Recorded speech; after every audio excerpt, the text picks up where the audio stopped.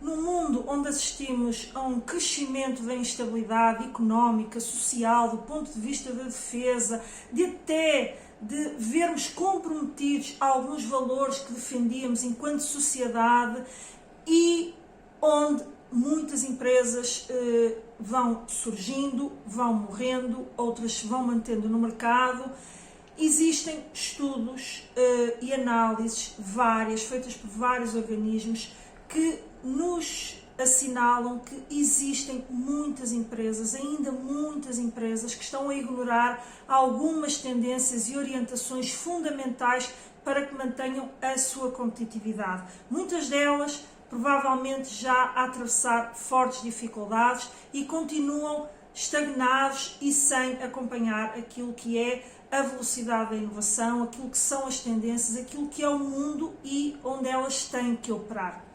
E isto muitas vezes, para nós que trabalhamos com empresas, parece muito óbvio, mas a verdade é que estas análises traduzem que às vezes o óbvio tem que ser dito, às vezes temos que repetir inúmeras vezes coisas que vão sendo difundidas em diferentes canais. E como este programa é sim também focado em trazer orientações para que as empresas se tornem mais competitivas, hoje no programa eu vou voltar a trazer algumas tendências e orientações, enfatizar que efetivamente, se você não está a aplicar, não está a seguir estas tendências, não está a adaptar o seu modelo de negócio, você pode estar a comprometer a sobrevivência desse mesmo negócio.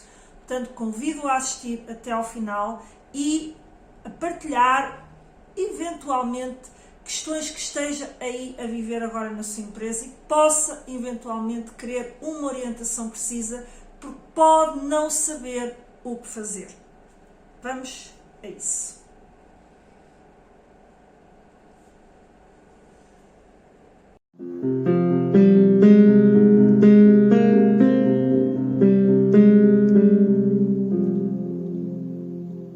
Olá, seja muito bem-vindo a mais um episódio do Pode Competir. O meu nome é Ana Rola, sou consultora de gestão há mais de 15 anos e ajudo empresários e empreendedores a criarem e implementarem projetos competitivos, a ajudar a que as suas empresas fortaleçam a sua competitividade, cresçam mais, sejam mais orientadas para resultados e, obviamente, para que se mantenham no mercado por muitos e muitos anos. E aqui neste programa eu procuro trazer conteúdo que eu vejo que é relevante, obviamente, sobretudo para aquelas empresas que não têm um apoio de consultoria, que têm ainda fragilidades do ponto de vista também da sua gestão empresarial e que podem sim aprender muito com as partilhas que eu aqui faço com vocês e espero estar a ajudar. Se você está aí desse lado e é empresário e sente que sim, estes conteúdos estão a ajudar, eu convido-o a deixar aí o seu like, o seu comentário, porque isso vai fazer com que o YouTube mostre o meu vídeo a mais pessoas e muito provavelmente também a mais empresários, porque ele obviamente vai escolher o público, tem que ser público que se interesse por este tipo de conteúdos e com isso estarei a ajudar mais empresários que necessitam desta informação. E neste episódio eu vou voltar a trazer, até porque nunca é demais falar sobre isto, eu vou voltar a trazer tendências e orientações que você não pode ignorar. E a verdade é que, por muito que elas sejam enfatizadas, quer seja por vários estudos da União Europeia, quer seja por orientações também das associações do próprio setor, quer seja por também estudos do próprio Banco de Portugal, orientações do ponto de vista de política europeia e dos fundos comunitários que sinalizam claramente que estas tendências, estas orientações são fundamentais para que as empresas se mantenham competitivas. A verdade é que existem análises ao setor empresarial que demonstram que há muitas empresas que continuam a ignorar. Muitas já estão a fazer o seu caminho, muitas até apoiadas por fundos europeus que visam exatamente isso, fortalecer as empresas e o ambiente competitivo em economias como a portuguesa, que ainda precisa de fortalecer a sua competitividade para se aproximar dos países mais desenvolvidos da Europa, dos países mais ricos da Europa, e é por isso que nós temos os fundos europeus. E a verdade é que muitas vão empurrando com a barriga, quer seja porque assinalam que não têm tempo, quer seja porque dizem que não têm capital, quer seja porque muitas vezes não sabem o que fazer. Mas a verdade é que há caminhos, há soluções, e você, enquanto empresário, o pior que pode fazer é realmente este empurrar com a barriga, o navegar à vista e não procurar soluções para resolver problemas que são estruturais, e quanto mais tarde você fizer esse caminho, pode sim comprometer a sobrevivência da sua empresa, porque num ambiente altamente competitivo, cada vez será mais difícil para si manter-se competitivo. E por isso eu volto a trazer este tema de tendências que você não pode ignorar. E, sem mais delongas, vamos então partir para essas tendências. E a primeira delas, isto não tem uma ordem de importância, portanto eu quero trazer aqui algumas tendências, há outras importantes, mas estas efetivamente você não pode ignorar. E a primeira delas é a digitalização. E digitalização, que se fala muito, e muitas vezes é isto que gera confusão também nos empresários, é todo o universo daquilo que se pode digitalizar dentro de uma empresa. E é isto que muitas vezes faz confusão às empresas e aos empresários. Porque fala-se em digitalização e o empresário fica perdido, porque efetivamente toda a gente sabe o que é o digital, não é? O que é analógico e o que é digital. Mas o empresário fica perdido em por onde é que há de começar, o que é que há de fazer, o que é que na sua empresa deve assumir prioridade, portanto, dentro deste eixo da digitalização, e muitas vezes, devido a essa dificuldade, vai empurrando com a barriga. E a verdade é ignorar este facto num mundo que é cada vez mais digital.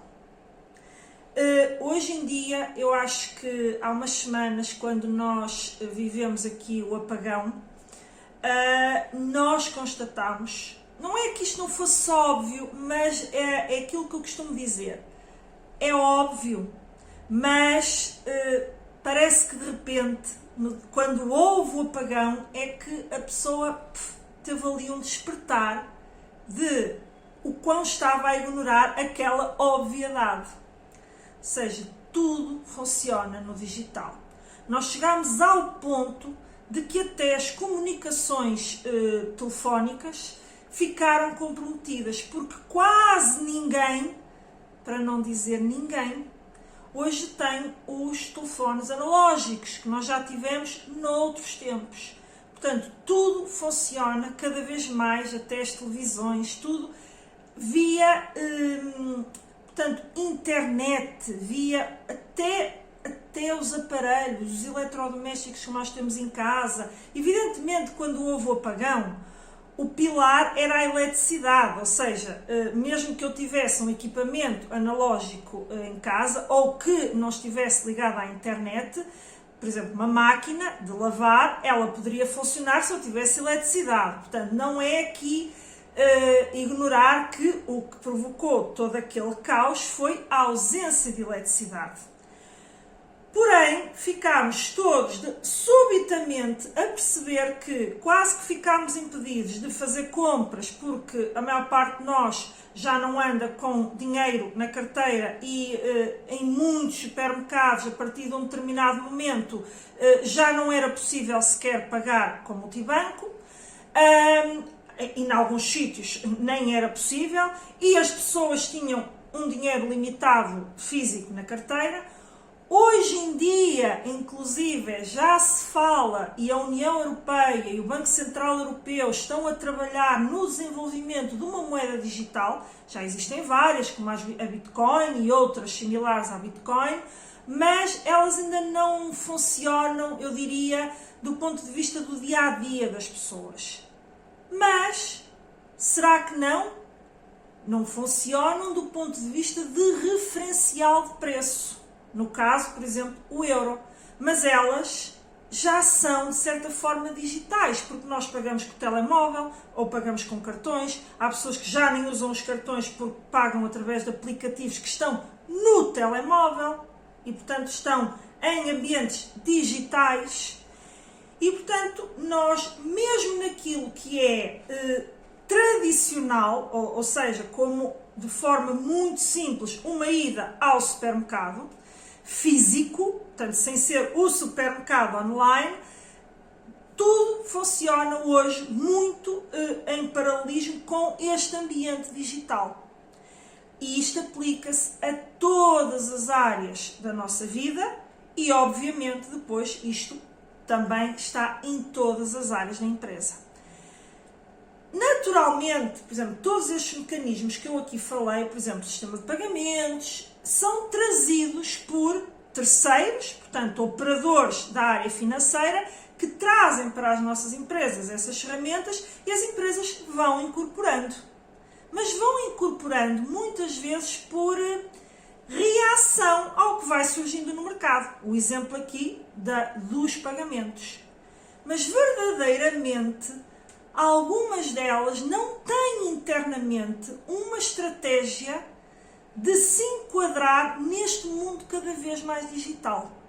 E é disto que estamos a falar. E obviamente depois a análise tem que ser feita se você presta serviços, se você vende produtos, se você está no ramo, por exemplo, do turismo e hotelaria.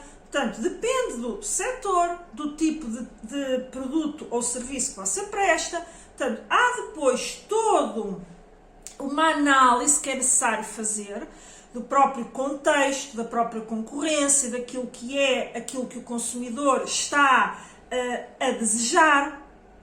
E isto muda, sim, de contexto para contexto. E essa é parte do planear para a digitalização. Para você adaptar o seu modelo de negócio, não é matar aquilo que está a fazer quando está a fazer do ponto de vista físico. Por exemplo, ter um comércio tradicional ainda, sobretudo, digamos, físico, uma componente física. Ou também é um prestador de serviços que ainda não tem propriamente esta vertente digital a funcionar, a não ser, porque eu já nem estou a ir para as tais ferramentas que são trazidas por terceiros, por exemplo, utilização de determinados softwares ou a questão das metodologias de pagamento e entre outras coisas que são óbvias porque são ferramentas que se tornam de uso óbvio. Porém, isso não quer dizer que a empresa tenha uma estratégia que a coloque, portanto, alinhada com esta tendência da digitalização. E é isto que muitas empresas, obviamente, sobretudo micro e pequenas empresas, estão ainda a ignorar. Que é necessário que as empresas criem estratégias muito claras. Muitas despertaram quando caiu a pandemia, em 2020. Já lá vão 5 anos. Isto parece, o tempo passa realmente muito rápido. Mas muitas despertaram para essa tendência. Portanto, eu diria que esta tendência já está bastante incorporada, porém, muitas vezes, continuo a dizer, mais por reação do que numa ótica estratégica, como aconteceu na pandemia, que muitas empresas correram atrás e agora como é que eu vendo? Porque não tinham canais digitais, não tinham lojas online, não estavam e, portanto, vão correndo atrás. Mas vou dar outro exemplo, por exemplo, no âmbito da restauração. Muitas hoje estão nas plataformas de entrega ao domicílio, não que tenham traçado uma estratégia em torno disso, não quer dizer que tenham feito mal por estar nessas plataformas, mas muitas empresas foram levadas a estar nessas plataformas mais por reação do que propriamente por estratégia da relevância de estar, de comunicar, de colocar o seu marketing a comunicar essa realidade, para quê? Para robustecer o número de encomendas que vem através dessas plataformas, portanto, ou seja, elas estão por reação, elas estão porque aparece um terceiro oferecer um serviço que lhes interessa, mas não estão propriamente, não traçam uma estratégia para estar naquele, por exemplo, no caso de estar naquela plataforma de forma estratégica e aquele ser um canal que pode dar um grande impulso às suas vendas. E falta muitas vezes esta interligação. Mas muitas vezes, apesar de muitas terem reagido na pandemia, muitas terem a partir daí ficado despertas para uma série de coisas que existiam no universo digital e para o qual elas estavam totalmente desligadas, muitas continuam a estar. Nós continuamos a ver negócios que não têm qualquer contacto com o cliente pelo meio digital, quer seja por ter uma loja digital, quer seja... Porque, atenção, quando falo aqui de loja digital, e eu aqui não queria muito falar de estratégias, porque há inúmeras estratégias que eu poderia falar, eu quero despertá-lo para isto, mas gosto sempre de ir concretizando com exemplos, mas tenha presente que é exemplo. E no caso que eu estava aqui a assinalar, quando eu falo numa loja digital, o empresário não tem que pensar logo que para o seu negócio o que faz sentido é, então vou criar um website com e-commerce, ou seja, com venda digital, venda online. Você não tem que necessariamente o portal ser seu, ser construído por si. Por isso é que hoje também há uma tendência de crescimento daquilo que se designam os marketplaces, como por exemplo é a Amazon e outras plataformas, até o Facebook atualmente tem um marketplace, não é?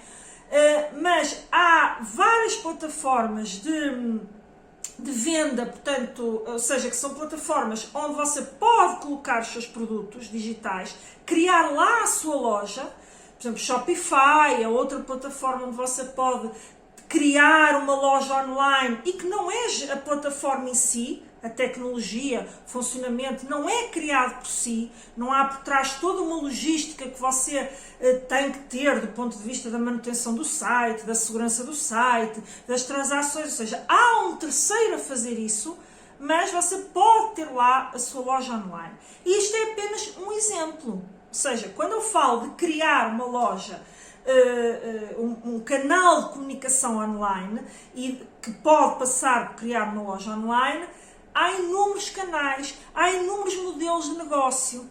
Há negócios que nem sequer faz sentido ter uma loja online, mas faz sentido ter canais de ligação com o cliente que sejam digitais, que estejam online, de fácil acesso. Ou seja, esta é a parte que você tem então que olhar para o seu modelo de negócio, olhar para o seu negócio e ver e ajustar, criar um plano para efetivamente, com estratégia, começar a estar mais incorporado neste mundo nosso tão digital e cada vez mais digital.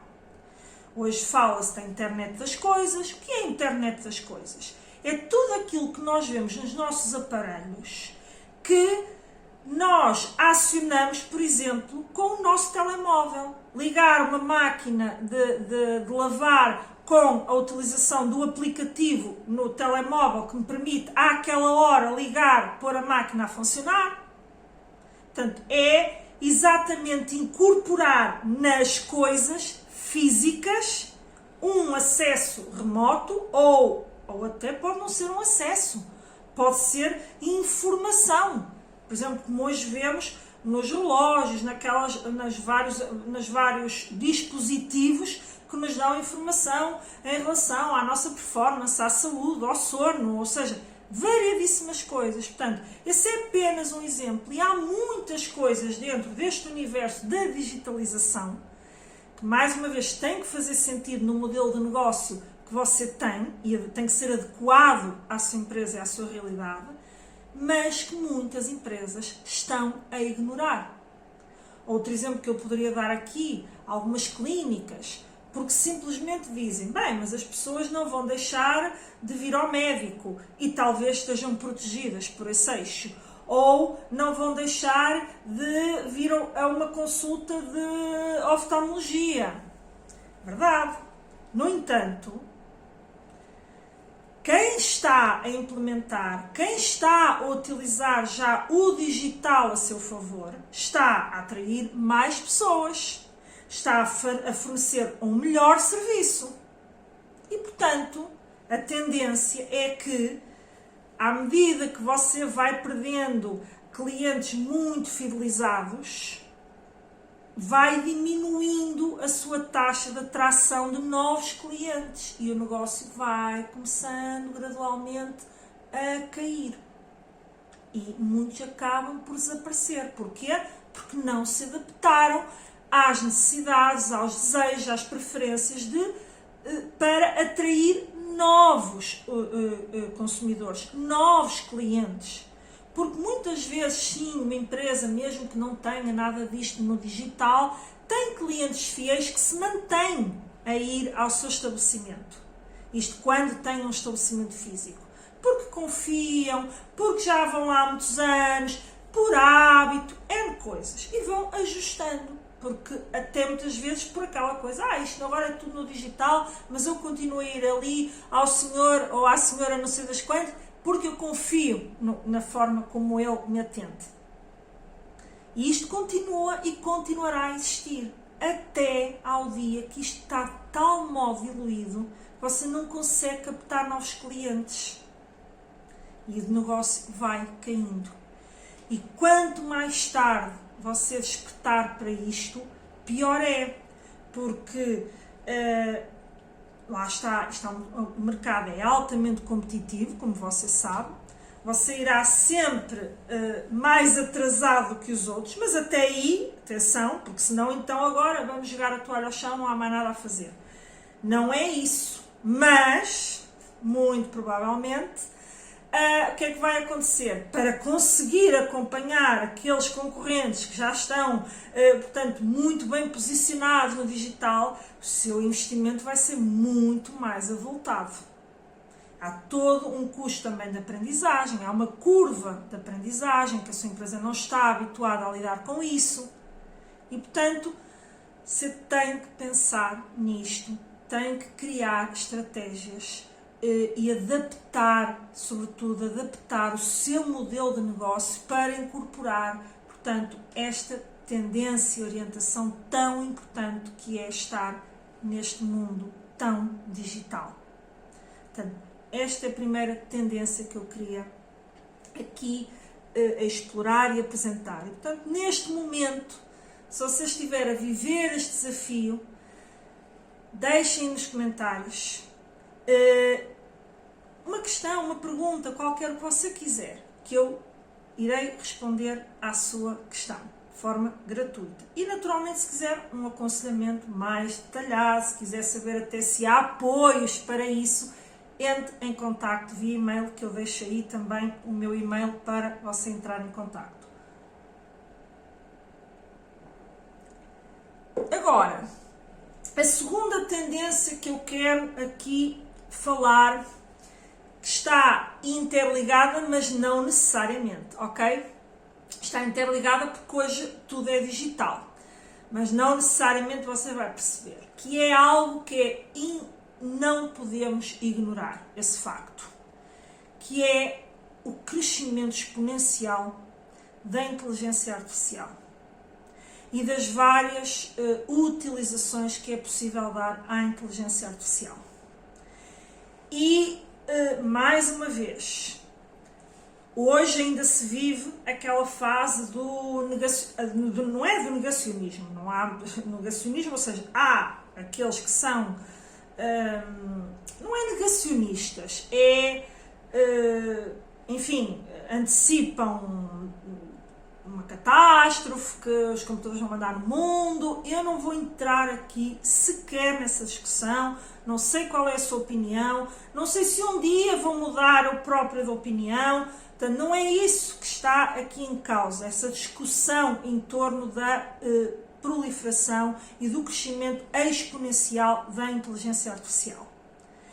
Aqui o que eu quero que você tenha ciente é que uma empresa que neste momento não está já, e eu aqui digo que isto não é uma tendência, apesar de estar com um crescimento exponencial, que ela ainda está a entrar no mercado, ela ainda está a entrar em muitas empresas. Portanto, não é como a digitalização, que já é óbvia há bastantes anos, mas mesmo sendo óbvio, continuam a haver muitas empresas que a ignoram. A inteligência artificial não é, sobretudo, aquela inteligência artificial que é hoje proliferada, que é a inteligência artificial generativa, que digamos que deu aquele boom quando surgiu o ChatGPT, mas existem inúmeras ferramentas dentro disto, que houve ali um despertar, ela estava a ser já há muitos anos trabalhada, havia já empresas que tinham incorporado a inteligência artificial, mas não desta forma massiva. E ela, a partir desse momento, você deve constatar no seu dia-a-dia, a quantidade de coisas que estão a surgir com inteligência artificial incorporada. E aqui, neste universo, atrevo-me a dizer, trabalho com várias empresas e muitas delas médias empresas, portanto, e algumas até grandes empresas, mas essas empresas estão sempre um passo mais à frente, porque fazem investigações de desenvolvimento, têm processos muito de inovação e uma cultura de inovação muito mais presente. E portanto nem estou sequer aqui a falar para esse universo, mas muitas empresas estão neste momento a ver, ok, como é que eu posso tirar proveito da inteligência artificial, mas não só tirar proveito do ponto de vista de, ok, como é que eu posso usar as ferramentas que existem a meu favor. Este eu acho que é aquele lado primário que surge de qualquer pessoa, até enquanto utilizador pessoal e não apenas no seio da empresa, como é que eu posso utilizar isto a meu favor. Só que não é só isso. Há hoje, você já deve também ter visto, a proliferarem a inteligência artificial inserida em aplicativos, em ferramentas, em equipamentos, em máquinas que as empresas adquirem, que as empresas passam a ter e passam a ter indústrias, a ter serviços mais inteligentes e mais automatizados. Mas aqui, porque isso é uma outra tendência que eu ainda irei falar, aqui eu quero falar é de incorporação de uma inteligência ao serviço do seu negócio e não apenas de uma automatização pura e dura. Ou seja, que é geração de dados muito rápida. A partir dessa geração de dados, ele até pode alterar aquilo que está a ser produzido, que está a corrigir o que está a ser feito, alertar. Eu peço desculpa porque estou um bocadinho rouca.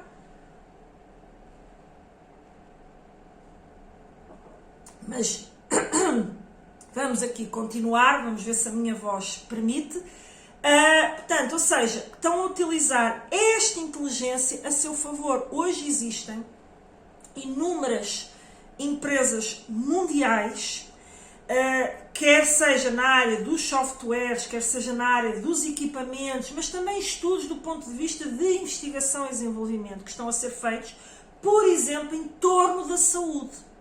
E este é um grande exemplo, porquê? Porque há um grande interesse e é um setor onde já é claro que o apoio da inteligência artificial poderá fazer muita diferença, poderá salvar vidas, inclusive, poderá fazer uma grande diferença na fase de diagnósticos, na precisão dos diagnósticos, e portanto o que está a ser incorporado, ou seja, eles utilizam na mesma um equipamento, mas esse equipamento tem uma inteligência artificial incorporada que permite fazer com que o diagnóstico seja mais preciso, porque vai ter o olhar dessa inteligência artificial.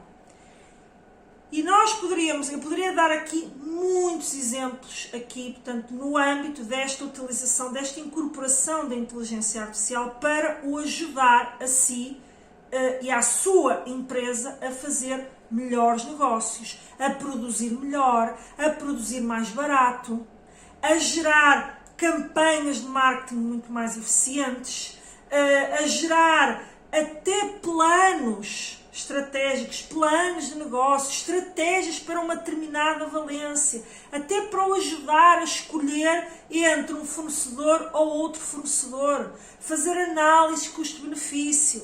Portanto, há inúmeras, múltiplas utilizações que você pode dar, e é tão relevante, tira-se tanto proveito e benefício de utilizar estas ferramentas, que nós neste momento também no programa Projetos Competitivos, ele neste momento está com as vagas, está encerrado, em breve irei reabrir, mas já, portanto, ele está a sofrer uma reestruturação. Pronto, não queria estar aqui a fazer este spoiler, mas cá fica, pronto, porque falei dele e agora, se você de repente quisesse ir vê-lo, ele neste momento está fora do ar, porque está aqui a sofrer uma reestruturação, porque eu já tinha incorporado, portanto, esta dimensão da inteligência artificial, mas mais numa ótica de aulas ao vivo, onde eu iria dando alguns passos, mas eu própria, porque esta é que é a verdade, esta é a verdade dos factos, eu não nasci ensinada, e quando tudo isto surgiu, caiu-me no colo e eu agora sei fazer. Portanto, ou seja, eu própria estou a explorar, eu própria estive a fazer, e ainda estou, aliás, que ainda não completei, a fazer uma formação, portanto, da inteligência artificial para os negócios, precisamente para eu, enquanto consultora, por um lado, incorporar nos serviços que eu presto. E também nestes produtos que eu tenho de formação.